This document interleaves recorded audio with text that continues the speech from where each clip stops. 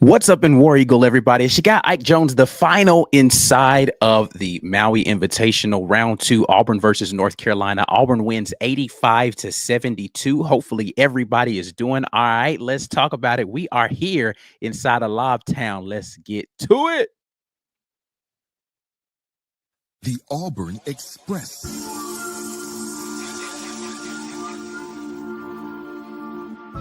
You are now listening to The War Report, Longtown Podcast.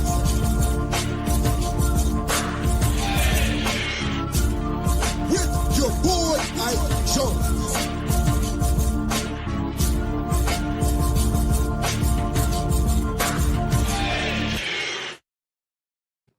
Lobtown, we are here late nights. Hopefully, everybody's doing all right. If you're still awake, that means that you are either you don't have nowhere to go in the morning, or you just like me and decided you're gonna tough it out, man. We're gonna stay on here too long, but Auburn gets the win to move on to the final. We'll face Memphis tomorrow. I believe the game is at 5 p.m. tomorrow, so you won't have to be up all night this time. But Auburn gets the win 85-72. The high point man for Auburn, once again, Janai Broome with 23 points tonight in 34 minutes. Again, he is being a warrior out there. Dylan Cardwell in a lot of foul trouble in this game, so he has to play a lot at the 5 there, and they didn't put, even though I thought that they would play a little bit more of the guys that had been on suspension, they did not play any minutes tonight, but some big minutes there for Janai Broome tonight, again, with 23 points, 19 rebounds. A monstrous double-double, had a double-double in the first half.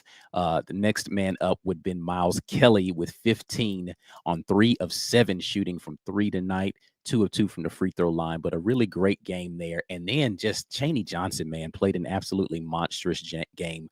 He only had 11 points, but a lot of that came there in a span of time in the second half where he just really seemed like he was taking over.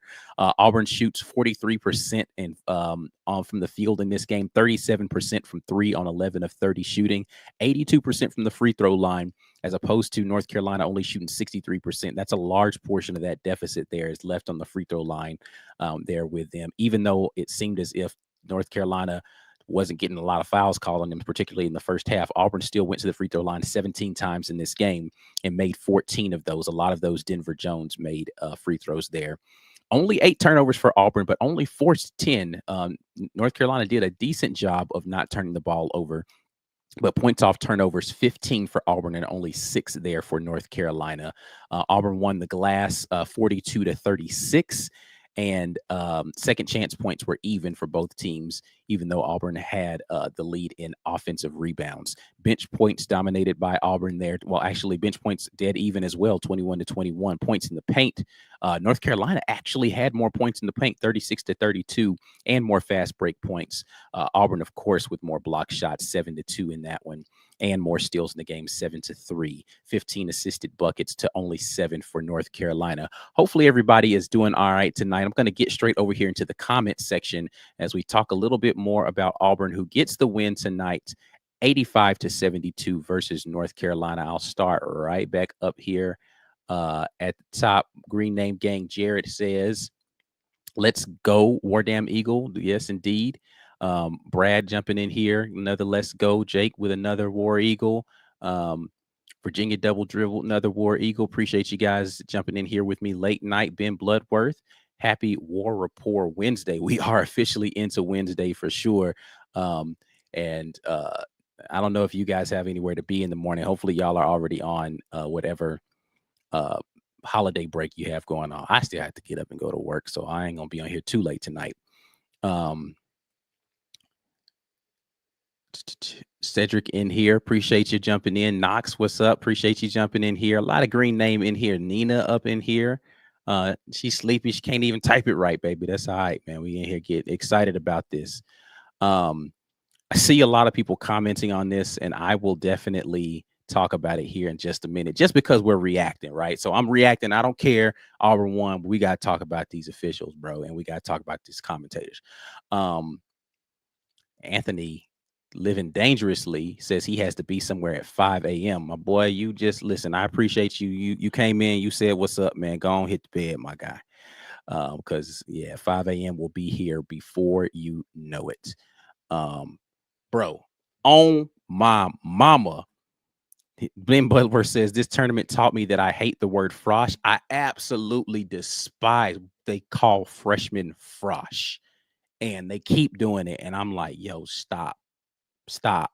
That ain't the way, fam. Like, I don't know who started this. Why? There's already a vowel there. It's an e. You can just say fresh if you just want to shorten it. But frosh, who started this? Can I have a word with you? Because I'm not a fan. I'm not a fan of the frosh thing. I ain't gonna hold you. It's annoying every time I hear it. I am with you being like, I was just like, yo, what are we doing with the frosh thing, bro? Frosh? Anyway, all right. I don't want to get bogged down on that. We got things we can talk about the actual game. Auburn is set to take on Memphis. I did watch both of the games that Memphis played. And this is a team that is tough, man. They play both ends of the floor really well. If you guys remember, Cisse he played at Ole Miss last year. He was one of the shot blockers there. Jamarion Sharp was the leading shot blocker, but Musa Cisse was a guy that played on the interior for Ole Miss last year. He is on that Memphis team there on the interior, but they've got some really dynamic guards. This will be 3 games in a row that Auburn is going to play against some really good guards, but this is why this tournament is something good for Auburn to be in, because it does mirror what it's going to be like once you get into these other tournaments, whether it's the SEC tournament. Now this is more like the conference tournament because you're playing 3 games in 3 days, three games in 3 days. The NCAA tournament, you will only play back-to-back nights. And because it's all weekend stuff, you guys know this, but anyway, but the reason why I say it's a lot like it is because of the dynamic guard play and how much you're going to have to figure out how to stop guards in these late game scenarios. So definitely going to be a challenge for Auburn to face this Memphis team that plays a lot of athletes out there and some dynamic guard play. But we'll break that game down a little bit more later. Robert Guy says North Carolina out here playing like fish, flopping all over the place, and the officiating was trash, but glad we got the dub. You are correct about that. Let's park here and talk about the officiating for a moment. Again, I said this last night. I know it feels like bad form to complain about officiating in a game in which you won, but let's be clear. The officials were calling some absolutely terrible fouls. I tweeted this. The mantle of going to the rim and not getting foul calls was taken from Jay Will and now been placed in the hands of Tahad Pettiford, because Tahad can't get calls for nothing, bro. Like, he goes to the lane and it doesn't matter what happens. For whatever reason, they're just going to feel like they could just foul him with no consequences. Haven't figured that one out yet. It's kind of crazy. Janai Broome, and Coach Pearl talked about this last season and this season before. Janai Broome gets no superstar calls whatsoever for a guy who is an absolute superstar. He plays in the paint a lot. He should be going to the free throw line like 20 times a game. Like, he really should. Like, he gets fouled so much, and it's crazy. It's because he's so quick with his release is so quick that guys are jumping late and they're fouling him, and he leans into it and all that. Like, I get he's physical, so he's initiating contact. But my problem is when North Carolina's initiating contact, it's a foul. When Auburn guys initiate the contact, somehow it's basketball. I don't like that. I don't like it being uneven. If it's gonna be that, let it be that. And too many times where North Carolina guys are jumping into Auburn guys. The RJ Davis situation at half court, where Denver Jones got the foul on him for clearing out, when RJ Davis literally grabs his arm and hooks it underneath him and throws his head back. I'm like, bro, how is that a foul on? Like, come on, man. Like, we gotta listen, man. Listen, I don't like having ref conversations. And again, luckily, to the point that was made there, Auburn wins the game, so we don't have to have a conversation about poor officiating and a loss. But come on, man. Come on, man. We got to do better than this. We got, especially when you go to the board and you look at it, right? You go, and I get it. You can't just say, "Oh, well, actually, it wasn't a foul at all." It's either going to be a common foul or it's going to be a defensive foul. But I think the best option there is defensive foul. You see him hook his arm underneath it. You have the benefit of the replay. Come on, man. Just because he throws his head back like this, that doesn't mean he got hit. That's not how that works. That's not how that works. You see how I just threw my head back 3 times? Nobody touched me. Nobody touched me any of those times. It's really easy to just do this and look like he got hit. Jake Paul knows that. Anyway, man, I just don't understand it, bro. I really don't understand it.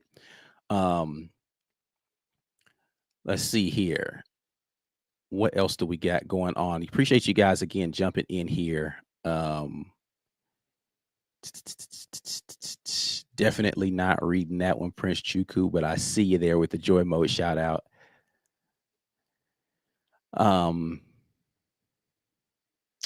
Prentice jumps in and says, "Man, it looked like when Broom would go out, this team loses its intensity." I don't know about the intensity, but Janai Broom definitely is the guy that it runs through. Like, he is the quarterback of the defense. You can see him back there communicating stuff on the back line. And offensively, they run a lot of stuff through him, and he should have a lot of stuff run through him. I just think that there's not another player, and I thought that this was going to be something. I thought Jaheim Hudson being on this team was going to be somebody who they could do this with. There's not another player that you can play through the post as effectively as you can Janai Broom, and it's clear that a lot of this offense, particularly with the way that they're running the flex stuff, it runs through a high post set that they have, and it works well. Chaney's done a good job of that, but Chaney started to dominate in that second half, but he's not as physically dominating as Janai Broom is. He doesn't attract the gravity. And that's the difference. When Janai Broom is in the game, there's a lot of gravity of the defense leans in his direction, tilts in his direction. When he gets the ball, they're double teaming a lot. So it changes the way or the flow of the offense when he comes out of the game because the gravity's not there going towards that one player. Auburn does need to figure out who is going to be that other person that's going to attract that kind of attention. Miles Kelly actually can be that guy, right? And I want to see him be able to step into his own. I like what Miles Kelly did tonight as far as his ability to attack the rim and be a scorer. I think he just had that familiarity. I talked about this in the pregame with playing against North Carolina. There was a little bit more of a comfort there for him against this team. But I like, the way that Miles Kelly played. And then on the defensive end, this is one of the better defensive games I think I've seen from Miles Kelly so far in an Auburn uniform. I like the way that he defended tonight. And he took care of the basketball for the most part. Let's take a look at his stat line here. Miles Kelly, 5 of 10 shooting with 15 points, 3 of 7 from 3, 2 of 2 from the free throw line, 2 rebounds, 3 personal fouls, which 2 of them I thought were crap calls, but no turnovers tonight. No assists, but no turnovers in 21 minutes. Good stat line there from Miles Kelly. Love what I saw from him out there on the floor tonight on both ends of the floor. Let's see.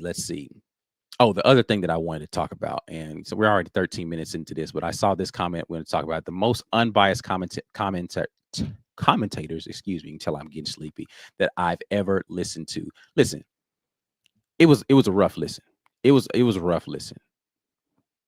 It was, because these guys were saying some of the most ridiculous. First and foremost, the whole conversation around the foul that I already talked about with the Denver Jones situation, they're like, "Oh, it's really clear that he fouled him." I'm like, "Nah, bro. Like, what are you talking about? It's not clear at all." Number one, the oh my gosh, the lob that Chad Baker threw to Janai, and they were like, "Oh, it's clearly in the cylinder." I'm like, "Bro, you can literally see Janai catches the ball in front of the rim. The cylinder does not extend. It extends vertically, but it doesn't extend. It's not a cone. So, like, what are we talking about here? Like, that's not a real thing." And they're seeing the replay saying it's clearly in the cylinder. And I'm like, are y'all being real right now? Are y'all being serious? Is this a real thing? I don't understand. And then, we already talked about how much I hated him saying Frosh. So I'm just like, bro, y'all are annoying me. this entire night. I was so annoyed listening to them. If it wasn't for the fact that I needed to have the audio on to record the game so that we could do highlights and film breakdown and stuff, man, I'd have muted them so quick, man. I can't. I can't. I couldn't take it, bro. I was just like, this is y'all kidding me right now. Like, did are you North Carolina fans? Did you come in here just picking North Carolina to win this, and so now you're disappointed that is not? I just didn't understand what was happening, what I was listening to. So yeah, man, get somebody else out there, bro. I don't want to hear them no more. We need like sub. Can we get a sub real quick? So, um, yeah, it was awful listening to them.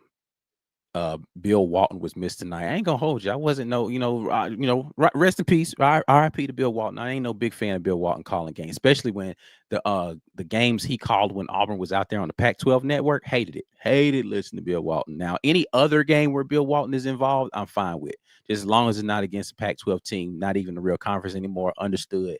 But like, yeah, man, you can't. But other than that, I'm cool with Bill Walton. You know what I'm saying? But yeah, still, rest in peace to Bill Walton. He was always at least interesting to listen to, but I couldn't listen to him on the Pac-12 network when I was playing last year. It was terrible. Let's see here. What else y'all got? Y'all in here talking about, man? I ain't gonna be on here too long because again, it's late and I have to get up in the morning. Hopefully you all are having a great night. And will do not have to get up early in the morning. So Mike Dozier says Kelly and Baker Mazar's length on D tonight. Pause. Yeah, man. Like, absolutely. Chad Baker Mazar, even with him being hobbled, shout out to Chad again, gritting through another game of injury pain, all that kind of stuff to play well. You can tell he's still not moving fully like himself. So hopefully they'll get an opportunity. Like I get that, Ja'Kai Howard is serving his suspension, but they, maybe just play a couple more minutes of him out there and let Chad rest a little bit. But a good gritty performance from Chad tonight. 14 points on 4 of 8 shooting, 2 of 6 from 3, 4 of 4 from the free throw line, 7 boards there for Chad Baker Mazar in 28 minutes on the hurt leg. So another good performance from Chad tonight. A lot of heavy minutes on the top end of this rotation. 29 minutes from Denver Jones tonight, 28 aforementioned for Chad, 34 from Janai, and then 21 from Miles Kelly and 20 from Tahad Pettiford tonight, who had 20. That's good. Dylan Cardwell was in foul trouble for the vast majority of the game. Only 10 minutes from him tonight.